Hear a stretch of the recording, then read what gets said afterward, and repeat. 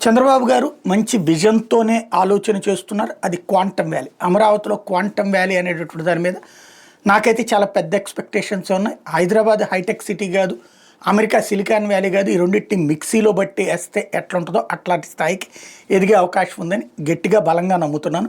ఎందుకంటే ప్రాథమిక దశలో ఉన్నాం మనం. ఈ టైంలో అందుకోగలిగితే అద్భుతంగానే ఉంటుంది. ఆ రోజున ఏదైతే Y2K ప్రాబ్లం వచ్చిన టైంలో కంప్యూటర్ ఇష్యూస్లో కూడా వచ్చిన టైంలో బాబు గారు అందుకున్నారు. అందుకని హైటెక్ సిటీ ఇవాళ ఎదుగుదలకి ఆరంభం ఆనాడు పడింది. తర్వాత అది కంటిన్యూ అయింది. అట్లాగే ఇది కూడా సాధ్యమవుతుందని. అట్లాగే గూగుల్ దగ్గర గూగుల్కి పెద్ద కేంద్రం ఇస్తాం విశాఖపట్నంలో, తప్పే లేదు.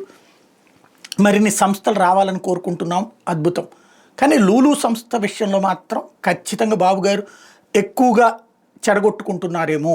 ఒకటి వైజాగ్లో విజయవాడలో వాళ్ళకి ఇచ్చినటువంటి ఆస్తులు కనుక కౌంట్ వేస్తే అందులో ఉన్న పావు వంతు డబ్బులతో ప్రభుత్వమే కట్టించేయచ్చు 2 చోట్ల మాల్స్.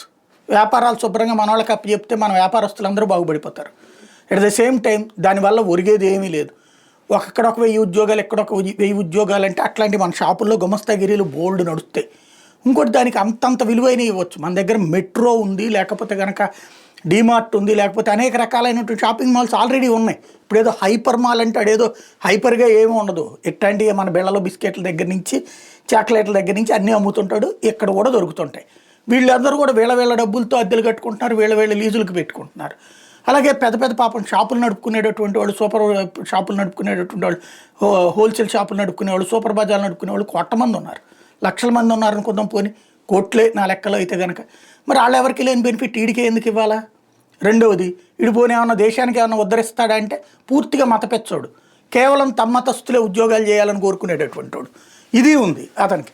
అట్లాంటి పోనీ లేకపోతే మనకి ఏమైనా మైనారిటీ ఓట్ల కోసం అట్లా చేస్తున్నాం అంటే ఓకే. కానీ దానికి మాత్రం బెజవాడలో స్థలాలు ఇస్తాం, వైజాగ్లో స్థలాలు ఇస్తాం అనుకునేటటువంటిది మాత్రం ఇవాళ రోజున గొప్పగానే అనిపిస్తుంది. కానీ భవిష్యత్తులో ప్రజలకు సమాధానం చెప్పుకోవాల్సిన పరిస్థితి అయితే ఉంటుంది.